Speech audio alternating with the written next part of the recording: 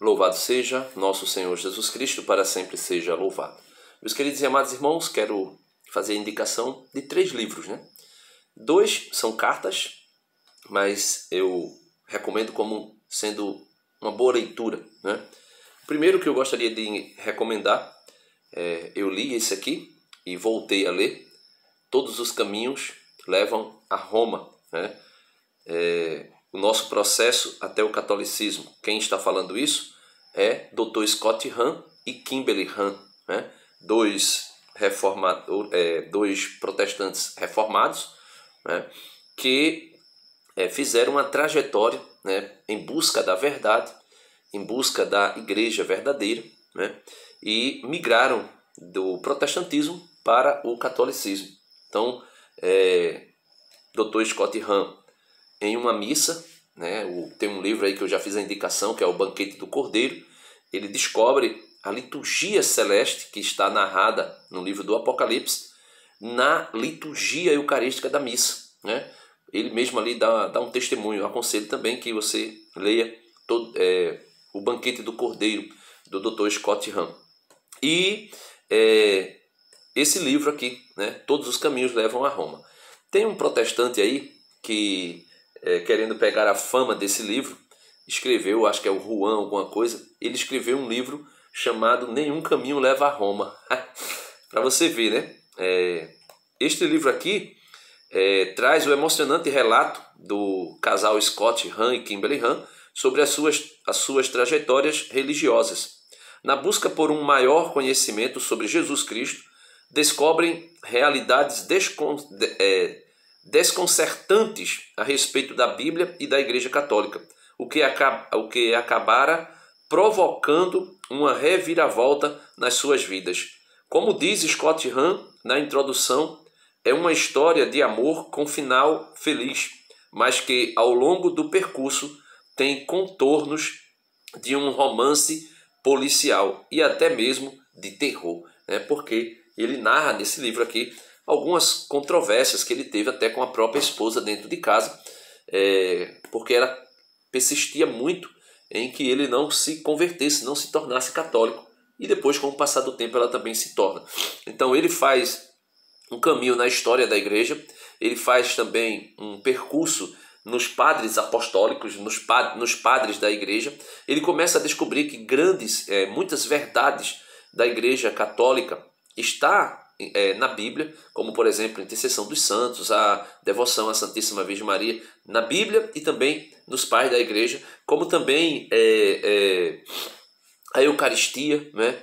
Os sacramentos, né? O papado, tudo isso Dr. Scott Hahn consegue descobrir e ele narra nesse livro aqui. Se você não acredita em mim, então compre esse livro aí, ó.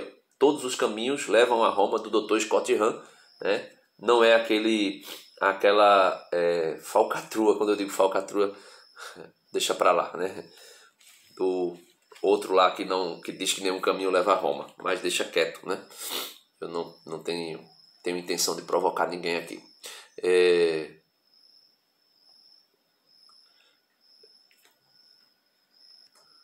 Os outros 2 livros essa aqui, Rerum Novarum, do Papa Leão XIII, né, sobre a condição dos operários. Aqui, o Papa Leão XIII foi Papa no século XIX e entrando para o século XX, e o Papa viu ali toda a desgraça, podemos assim dizer, que a classe operária, o povo mais pobre, sofria com a Revolução Industrial e tudo que a Revolução Industrial trazia de benefício para a humanidade, como trouxe de fato, mas também a grande desgraça, o grande sofrimento que os operários sofriam, sem salário digno, sem condição digna, amontoados em situações que trazia muita doença, sem saneamento básico, e hoje ainda existem muitos lugares sem saneamento básico. Então, pestes, doença, salário indigno, jornada de trabalho quase que escrava não, né? Quase que escrava não, escrava, né? Mas quase que impossível para um ser humano. Mulheres grávidas que trabalhavam até altas horas, né? Então, ele vai daí nascem os sindicatos, daí nasce um trabalho mais digno, daí nasce condições, né, de trabalho mais adequada contra a salubridade. Então, aconselho você a ler, bem atual, né, século XIX, mas é bem atual, né, para nós hoje, porque o salário mínimo que foi desejado pelo Papa Leão XIII na época, para que um salário fosse digno, que desse condição para a pessoa sustentar sua família, sua casa, né? Hoje em dia ainda esse grito ainda é atual, né? Então temos aí essas condições. E a outra aqui, né, depois dessa polêmica aí que teve entre o Centro Dom Bosco e a igreja, mas não a igreja em si, né, mas assim, essa polêmica que o Centro Dom Bosco gera dentro da igreja, eu indico essa carta aqui, a carta encíclica Ecclesia de Eucaristia, do Sumo Pontífice São João Paulo II, que eles não chamam São João Paulo II, eles só falam de João Paulo II, Paulo VI, né? João 23, mas é São João Paulo II, São Paulo VI e São João 23. São santos canonizados pela igreja, né? E aí, sobre a Eucaristia na sua relação com a igreja. E o primeiro capítulo, o capítulo inicial da carta, dessa encíclica, é um capítulo que fala sobre o mistério da fé. E São João Paulo II vai falar exatamente sobre a Eucaristia como sendo sacrifício incruento, sacrifício que alimenta a igreja, sacrifício que nosso Senhor Jesus Cristo realizara na cruz do Calvário para nos salvar, né? O segundo capítulo a Eucaristia edifica a igreja, né? Porque a igreja é edificada pela Eucaristia, né? O capítulo 2º, capítulo 3º, melhor dizendo, a apostolicidade da Eucaristia e da igreja, né? Que é uma tradição apostólica. Os apóstolos celebravam a Eucaristia como nós celebramos hoje, né? Um pouquinho distinta na questão da liturgia, mas é a mesma coisa, a mesma essência, é Cristo sacrificado no altar da Santa Missa ali de forma incruenta. No capítulo 4º, a Eucaristia e a comunhão eclesial, porque a Eucaristia também é chamada de comunhão, ela forma a comunhão da igreja, né? Capítulo 5º, o decoro da celebração eucarística, e ele vai falar sobre tudo aquilo que deve ser, como deve ser a liturgia, como deve estar de forma adequada, que mostre, que faça evidenciar o que é esse sacrifício. E aí, no capítulo 6º, na escola de Maria, mulher eucarística. E aí ele vai mostrar, esse capítulo 6º é muito lindo, meus irmãos, quando ele fala de Nossa Senhora como sendo uma mestra, né, da Eucaristia. E logo aqui no número 53 do capítulo 6º, na escola de Maria, mulher eucarística, ele vai dizer: se quisermos redescobrir em toda a sua riqueza a relação íntima entre a igreja e a Eucaristia, não podemos esquecer Maria, mãe e modelo da igreja.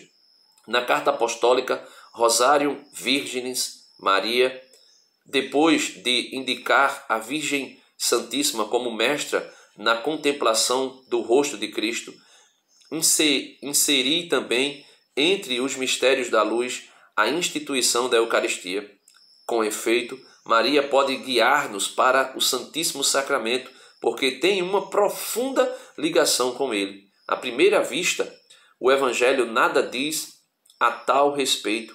A narração da instituição na noite de Quinta-feira Santa não fala de Maria, mas sabe-se que ela estava presente no meio dos apóstolos, quando, unidos pelo mesmo sentimento, se entregavam assiduamente à oração. Atos 1,14, na primeira comunidade que se reuniu depois da ascensão à espera do Pentecostes, e não podia certamente deixar de estar presente na celebração eucarística no meio dos fiéis da primeira geração cristã, que eram assíduos à fração do pão. Atos 2, capítulo 40, Atos 2, 42. Para além de sua participação no banquete eucarístico, pode-se delinear a relação de Maria com a Eucaristia indiretamente a partir da sua atitude interior. Maria é mulher eucarística na totalidade da sua vida. A igreja, vendo em Maria o seu modelo, é chamada a imitá-la também na sua relação com este mistério santíssimo. Então, 3 livros que eu indico, né? A Rerum Novarum, a Ecclesia de Eucaristia, do Papa João Paulo II, São João Paulo II, e todos os caminhos levam a Roma, do autor também do Banquete do Cordeiro. Então são aqui as dicas que eu deixo sobre livros que podem lhe ajudar na sua caminhada espiritual. Deus abençoe a todos e até o próximo vídeo. Sim, não se esqueça de curtir o canal, curtir o vídeo. Se você não é inscrito, se inscreve, clica aqui em se inscrever e também deixa um comentário. O que é que você já leu esses livros? Você já leu essas 2 cartas? Você já leu Todos os Caminhos Levam a Roma, de Scott Hahn? Deixa aí, escreve alguma coisa, deixa aí um comentário, que isso aí ajuda o canal a se desenvolver e alcançar mais pessoas. Amém.